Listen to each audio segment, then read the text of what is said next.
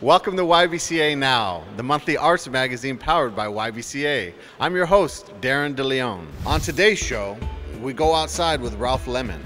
We listen into a conversation between Koki Tanaka and Julio Cesar Morales. We find out what Kronos Quartet is up to, and we explore the Long Now Foundation. We continue our conversation with Ralph Lemon, who talks about his upcoming October performance. Well, I can say we use those kinds of words. I don't use altered, we use states, but we don't really know what that is or means. So I think as far as we've gotten is a place where, there's a certain kind of meditation on a particular body placement that's completely individual, so there's no cult idea of everyone being at the same place at the same time in a body experience. So I'm not sure how much of it is fake or real or meaningful, but I think we, as a group, and myself included, there's kind of a budding belief system that the question is really good. The question of what is a state, beyond a more mundane kind of consciousness about a dance practice or a movement practice. Is it possible to kind of be present on stage and not be so privy to being seen, right? Or being conscious about correctly moving a particular way or another? What if one is moving and one's not sure what's driving that movement? Where is the impulse from a particular way of moving come from? I think trying to find an environment, and again individually, where maybe these questions don't even come up, and there is a kind of synergy or an experience that's happening that is truly questionable, and yet happening, experiential, and maybe quantifiable. Maybe. I mean, we can talk about it and repeat it.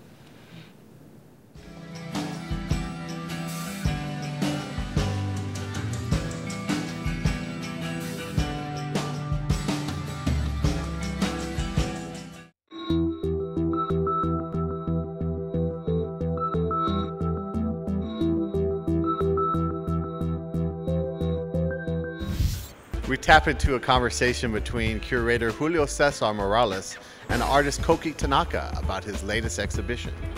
So Koki, what do you think? It's one day before your opening, and I think the structure is basically 90% done? Yeah, I think so. Yeah. So, ready to install the works. We already have videos. We have a couple of the videos. Yeah. Is this kind of like what you imagined the exhibition would look like? I know that we've been working on this project for maybe about a year and a half now. So it's one day to the opening, and what do you think? Yeah, it looks like the same as my mock-up of the design of the show. Right. And it's pretty much close to my imagination. So can you tell us a little bit about this structure that we're standing in right now, and how you feel that the audience can participate or be more engaged with your work?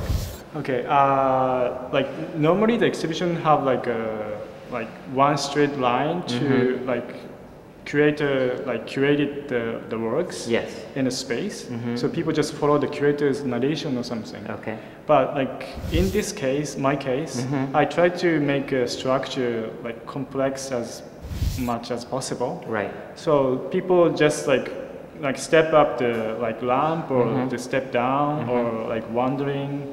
So people can get sort of a multiple Right. from the structure. Right. I want to, let's say, stimulate the people. Stimulate the people. Yeah, Okay. to rethink about our everyday. Okay. If I could say my work, my achievement of my work is let's say awareness of everyday. So we can normally we just ignore about what we did in our everyday life, everyday routine. Right. But if we stop by little bit and Pause and think about the what we did, then we can find something like something fresh or something new. Yeah, I mean, to me, when I look at your work, I think about it as creating the ordinary into extraordinary. And so in the same way, I think you're translating that to audience members to pause and really see their surroundings and some of the simple gestures, which are a lot of your actions within your videos. Do you have anything else that you want to share with YBCA audiences? I don't know. No?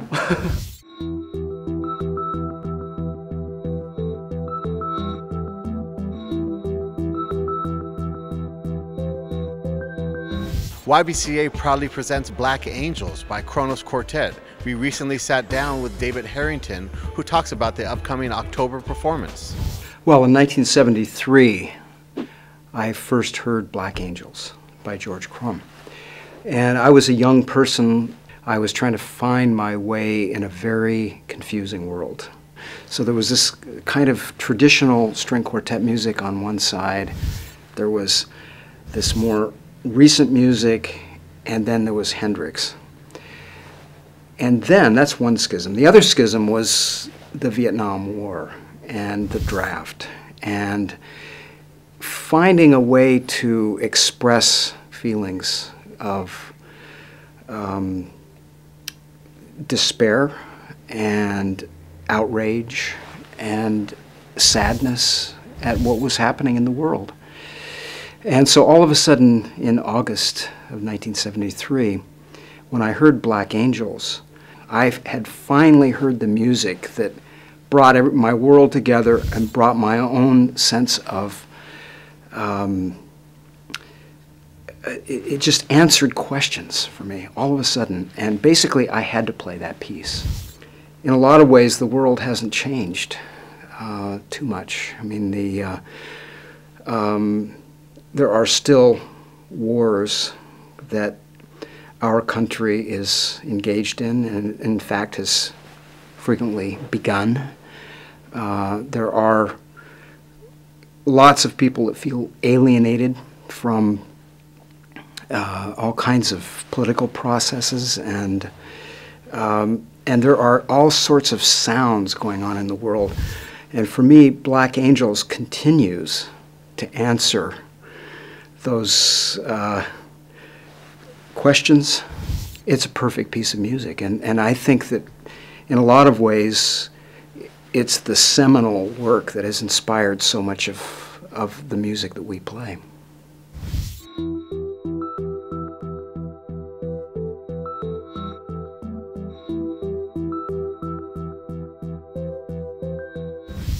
We talked with Director of Community Engagement Joelle Tan about Long Player San Francisco and the Long Now Foundation. We are joined by the Director of Community Engagement here at YBCA, Joelle Tan. Joelle, can you tell us a little bit about the Long Now Foundation and the partnership that we have going with them?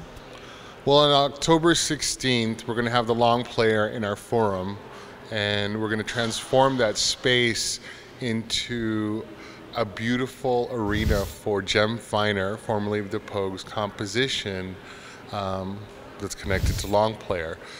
This composition is intended to play for 1,000 years, and we're going to get 1,000 minutes of this 1,000 years. What it is, it'll be a beautiful circular arena made up of Tibetan bowls. The Long Now Foundation has really been the mastermind behind this project and the collaboration between CJM, YBCA, and Long Now, and with Long Player. As this very ethereal, meditative experience is happening here, on the other side of the street is the Long Conversation, where for 6 hours we're going to be hearing from some thought leaders. It's really set up to be a day that is very much what is Long Now, which is a foundation, an organization that is founded on the idea of 10,000-year planning, which then opens up the conversation to all kinds of possibilities, all things that make us think deeply about who we are and the nature of humanity.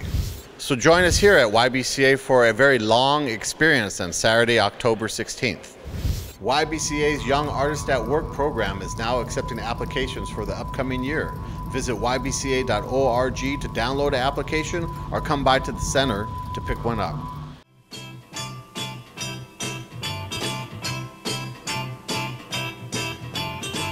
Sunny day, sweeping the clouds away. That's going to do it for this episode of YBCA Now. You can become part of the Facebook and Twitter community by visiting ybca.org. I've been your host, Darren DeLeon. And remember to keep contemporary art at the heart of community life.